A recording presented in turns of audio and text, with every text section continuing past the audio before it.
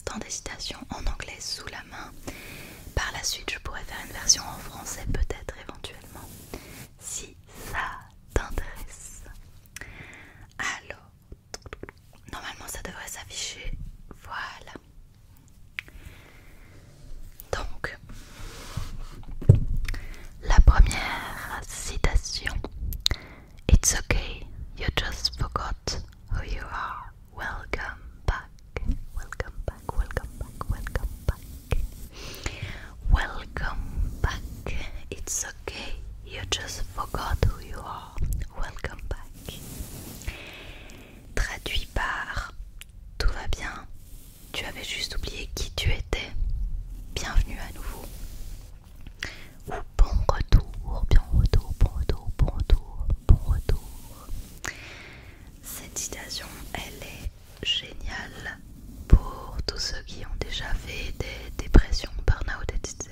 et qui avaient l'impression de ne plus du tout être eux-mêmes. Je vais pas m'éterniser sur chaque citation. La suivante. Isn't it funny?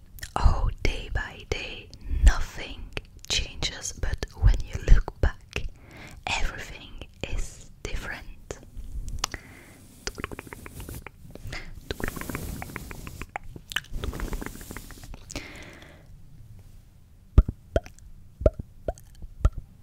Je vais traduire ça par est-ce que c'est pas super drôle?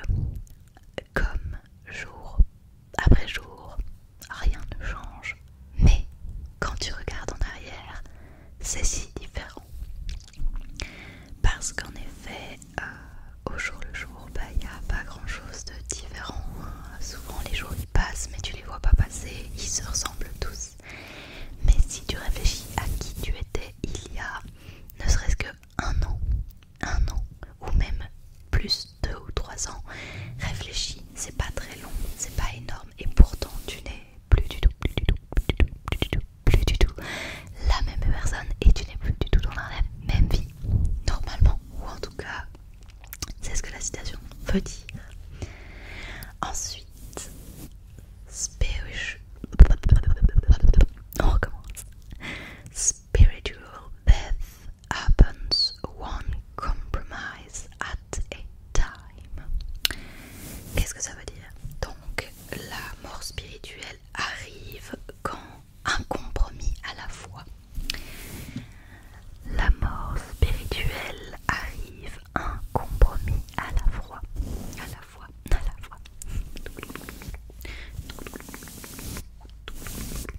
En fait, je trouve que c'est très intéressant pour expliquer à quel point on peut très vite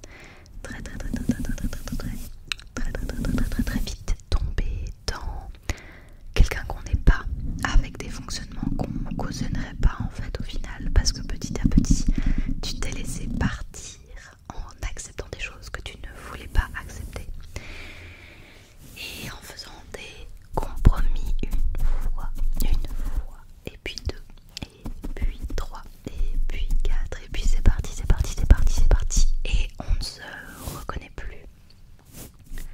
Réfléchis toujours à ce que tu es en accord ou pas de faire. N'oublie pas de pouvoir te laisser le choix d'évoluer et de changer d'avis. Mais, respecte-toi. Respecte-toi.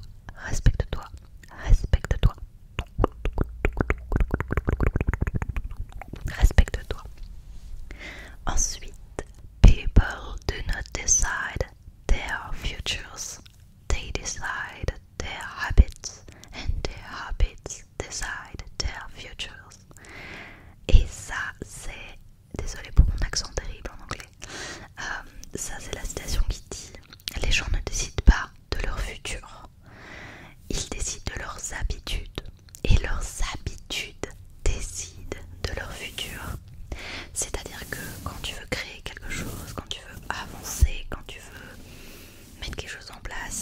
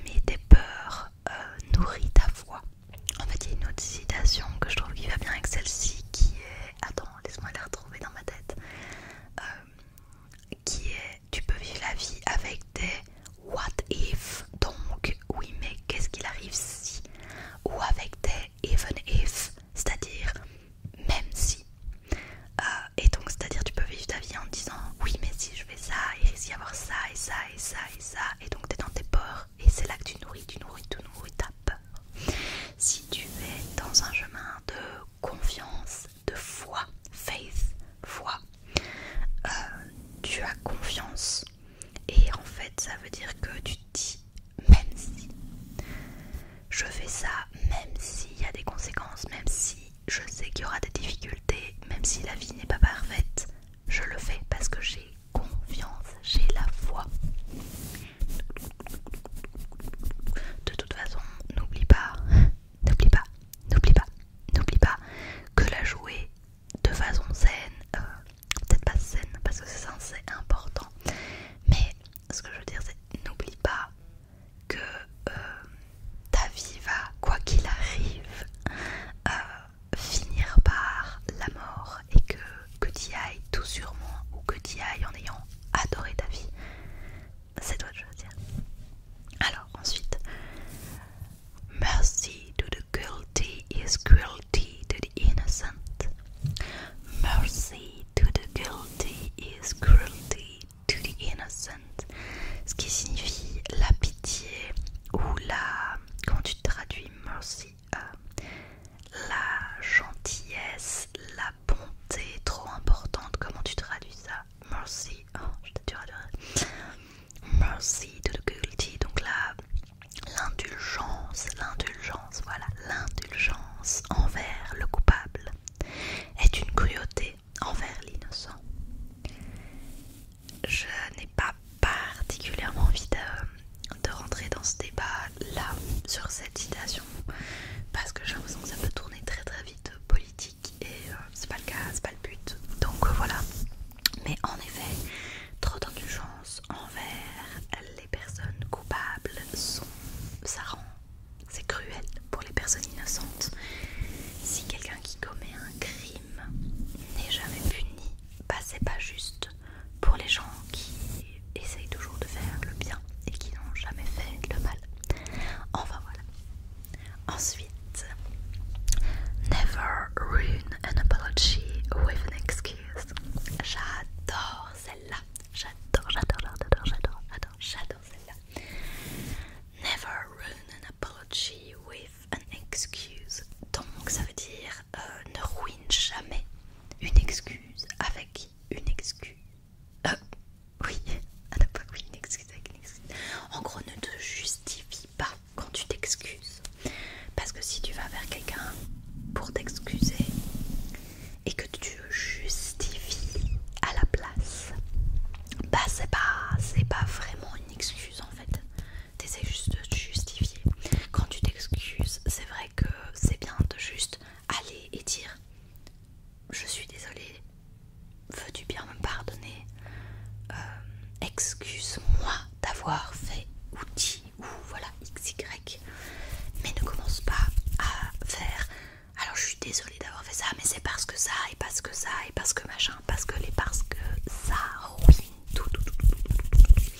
Si t'es désolée, c'est tout ce qui compte.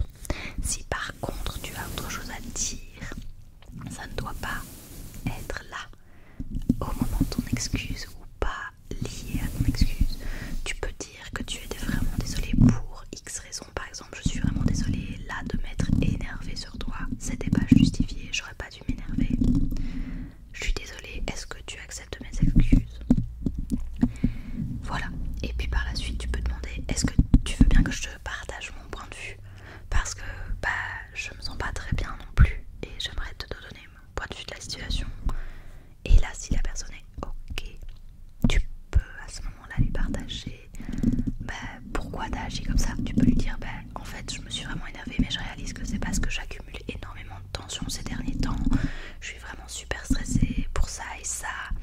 Et d'ailleurs, est-ce que je peux te faire la demande de m'aider avec ceci parce que ça me met trop de pression et je vois qu'après je suis pas juste envers toi. Point à la ligne, c'est très très bien. Si vraiment la personne te dit qu'il en a rien à faire de ton point de vue, je suis pas sûre que ce soit une très bonne personne, première chose. Puis deuxième chose, si la personne n'est pas prête à les entendre maintenant, tes raisons et ton point de vue, peut-être tu peux attendre un jour ou deux. Il n'y a pas le feu en fait, tu peux expliquer la situation quelques temps après, sauf si c'est une situation de crise, mais alors là on n'est pas du tout dans un processus d'échange et tout ça. Donc voilà, never ruin an apology with an excuse.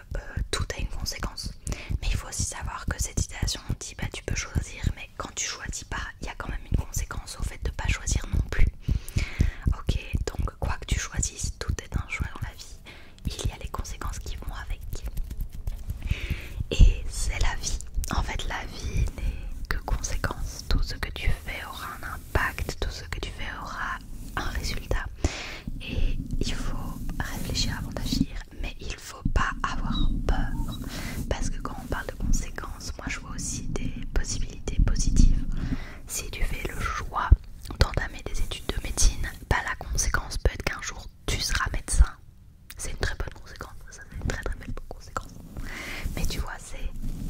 Voilà, tout a une conséquence, à toi de choisir. Simplement. Alors ensuite, because I carry it well doesn't mean it's not heavy. Ce n'est pas parce que je le supporte bien que cela n'est pas lourd. Non, en fait, c'est pas parce que je le porte bien que ça n'est pas lourd, que ça veut dire que ce n'est pas lourd. C'est très difficile de traduire ça. Attends. Donc en gros, c'est pas parce que j'ai l'air de bien gérer ça que c'est pas difficile de le faire. Il y a des choses compliquées dans la vie. Et c'est pas parce que t'as l'impression que les gens y arrivent que ça leur coûte pas beaucoup et que ça leur pèse pas. Ok, tu sais jamais par quoi les gens passent, tu connais pas l'histoire des gens, tu sais pas pourquoi les gens font ce qu'ils font. Sois indulgent. Next, Tetris taught me that when you try to fit in, you'll disappear. Tetris taught me that when you try to fit in, you'll disappear. Tetris m'a appris que quand tu essaies de rentrer dans le moule, tu disparais. En gros, c'est difficile de traduire fit in. Fit in, comment tu le traduis en français? C'est-à-dire que tu corresponds, tu rentres dans une case, tu corresponds aux autres, tu corresponds au standard, tu rentres dans la case. Bah tu disparais en fait. Parce que ce qui fait de toi quelqu'un d'unique, c'est que bah tu corresponds pas à une case, tu fites pas dans tout. Et c'est pas grave, c'est très bien. Et donc l'idée derrière la citation ici, c'est vraiment attention, si tu essayes trop d'appartenir à une case, tu seras plus toi-même. Ok. En gros. Donc celui-là, il est intéressant. Évidemment, il faut comprendre la règle du Tetris, qui est le jeu, tu sais, tout le monde connaît Tetris normalement, mais le jeu où tu vois, tu as les pièces qui descendent et qui s'alignent, et quand ils s'alignent parfaitement, la ligne disparaît. Donc voilà. Next, it is better to do something than to do nothing while waiting to do everything. Il est mieux de faire quelque chose pendant... Attends. Il est mieux de faire quelque chose plutôt que de ne rien faire en attendant de tout faire. Ok, c'est un peu bizarre dit comme ça. En gros, il vaut mieux que tu fasses avec ce que tu as, ce que tu peux faire, même des petits pas aujourd'hui, plutôt que d'attendre que ce soit parfait et que tu puisses tout faire. Typiquement, il est mieux que maintenant tu fasses des dons à des associations à la hauteur de ce que tu sais, même si ça n'est que 3 €, 5 €, plutôt que de dire bah quand je serai millionnaire, je donnerai énormément quoi. Tu vois ce que je veux dire? Ou alors il est mieux de dire bah tu vas quand même écrire le bouquin que tu rêves d'écrire, parce que bah si t'attends juste d'avoir le parfait ordinateur, le parfaite mise en scène, il faut un bureau où tu sois au calme, peut-être il faudrait que tu sois un peu écarté du monde pour écrire et tout machin, bah ça sera jamais le cas. Donc calme-toi, fais ce que tu peux maintenant avec ce que t'as, et c'est ça qui compte. Voilà. Le suivant. If you're helping someone and expecting something in return, you are doing business, not kindness.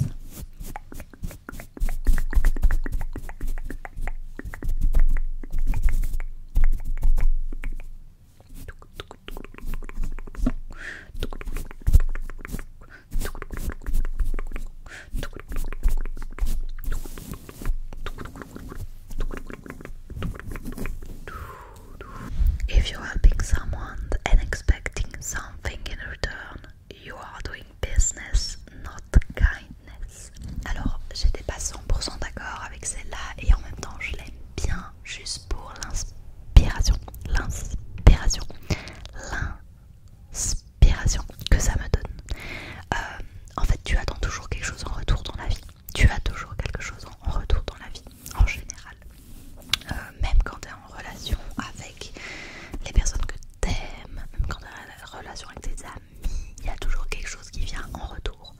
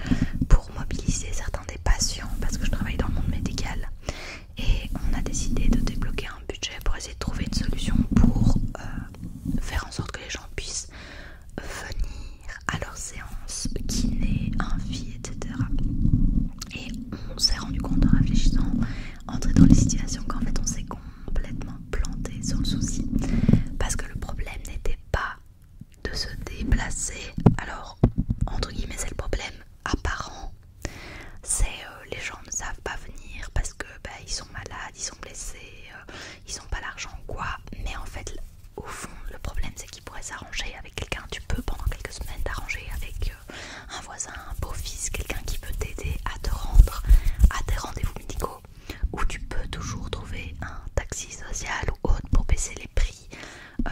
Il y a des solutions, mais le vrai problème n'était pas celui-là. Le vrai problème était le fait de motiver les gens. Les gens n'ont pas la motivation pour sortir de chez eux, parce que parfois c'est compliqué. Quand on a passé longtemps à être pas bien et à être chez soi, et ben forcément, voilà. Et donc en fait, on s'est trompé de problème. Le problème n'est pas du tout, du tout, du tout, du tout, du tout, du tout, du tout, du tout. Le problème n'est pas du tout la mobilité de façon à parler du problème du transport, mais à parler de la motivation. Et c'est pour ça que si tu définis correctement le problème, tu as déjà quasiment la solution. Voilà. Next two is life really does begin at 40. Up until then, you are just doing research. J'adore, j'adore, j'adore, j'adore.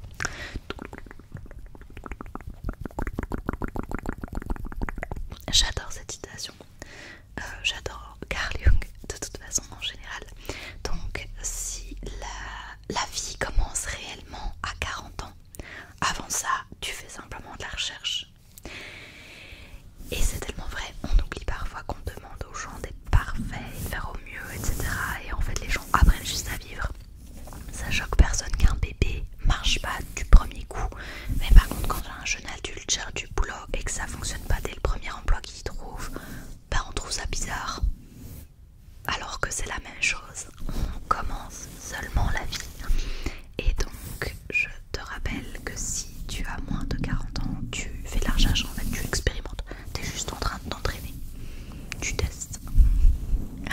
Alors il y a quand même une notion de, évidemment tu vis avant 40 ans, mais c'est plus le fait que bah tu peux te planter, ça ira, t'inquiète. Donc voilà. La suivante. Nothing will kill a great employee faster than watching you tolerate a bad one. Nothing will kill a great employee faster than watching you tolerate a bad one. Donc rien ne tuera plus rapidement un très bon employé que de regarder que tu en tolères un mauvais. J'espère que je l'ai traduit correctement. Oui, nothing will kill. Oui, voilà. Rien ne va tuer un... Ouais, c'est bizarre de dire kill parce que ça, en français je trouve que tuer ça sonne bizarre, mais rien ne va casser plus un... Casser c'est bien. Rien ne va casser plus rapidement un bon employé que de devoir tolérer un mauvais. Alors ça signifie que bah, y a rien à faire si tu travailles dans une boîte et que tu donnes de ton mieux, t'es un bon employé et tout, mais que tu vois qu'en fait bah t'es payé et que tout le monde et que les autres ils sont nuls et que bah on les garde là, on les laisse là et on leur dit rien, tu seras plus un bon employé pendant très longtemps parce que c'est pas juste en fait. Et donc y a rien qui tue plus vite un bon employé que d'en tolérer un mauvais. Il y a des moments dans la vie où tu seras moins bon au boulot, c'est pas grave, mais par contre si t'es tout le temps mauvais, ton patron ne devrait pas accepter ça, et si t'es patron, tu devrais pas accepter d'avoir toujours des mauvais employés. Alors, et quand je dis mauvais employé, attention, je mets des gros guillemets, je parle pas de mauvais employés, genre je dis pas que c'est des mauvaises personnes, je dis qu'ils sont soit pas à leur place, soit dans une période où ils sont plus capables d'être dans cette place, soit qu'il faut les aider d'une manière ou d'une autre, évidemment. Suivant. You don't have a soul, you are a soul, you have a body. Je te la refais. You don't have a soul, you are a soul, you have a body. Tu n'as pas, oh là là, ça va aller. Tu n'as pas une âme, tu es une âme et tu as un corps. Alors celle-là, je l'adore de tout mon cœur parce qu'on oublie parfois qu'en fait tu es une âme. Alors évidemment c'est des croyances, donc si tu crois que tu es simplement, je sais pas, un amas de cellules et que quand tu meurs c'est écran noir et tout s'arrête et que tout ce qui te fait de toi qui tu es n'est simplement que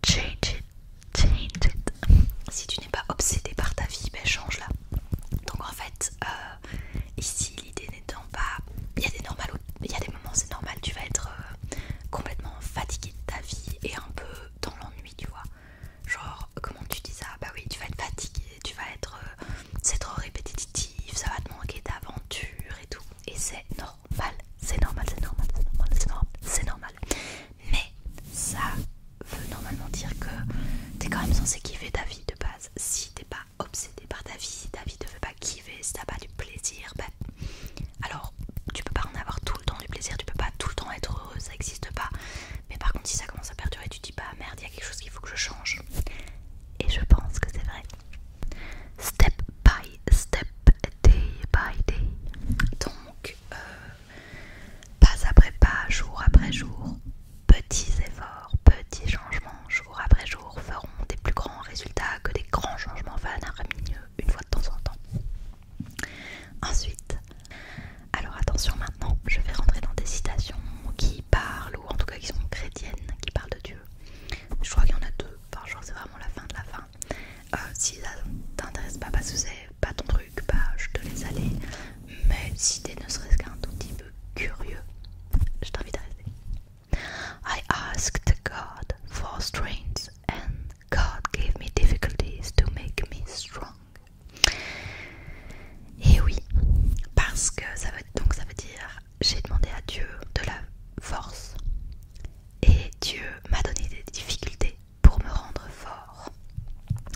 Parce qu'en fait on va pas te donner ce que tu demandes, on va te demander de vivre quelque chose, tu dois te développer pour avoir ce que tu veux et c'est normal si Dieu t'accorde pas tout ce que tu veux comme ça à la seconde. En fait, c'est un processus et il y a quelque chose qu'on dit aussi en anglais qui est if it's not good, then it's not done with it yet. Donc en gros c'est, je lis pas précisément la citation mais c'est si ce que tu as ou ce que tu vis ou ce que tu as l'impression de n'est pas encore bon, c'est qu'il n'a pas fini avec ça, c'est que Dieu n'a pas fini de le transformer parce que tout ce que Dieu fait est bon. Et ça veut dire avoir de la patience. Et donc c'est normal si quand tu demandes de la force, bah Dieu il te donne des épreuves, ça te rendra fort, tu vois, tu as ce que tu demandes au final. Et donc par exemple, je sais que moi il y avait l'idée que j'aimais bien au niveau du gâteau. Si quelqu'un te demande un gâteau et que je te donne donc des œufs, de la farine, selon le gâteau, du chocolat, voilà, tu vois, tous les ingrédients nécessaires, et que tu te plains parce que oh là là, j'ai pas de gâteau, mais en fait on t'a donné tout ce qu'il fallait pour avoir un gâteau. Si t'en fais pas un gâteau, c'est ta responsabilité. Exact, donc arrête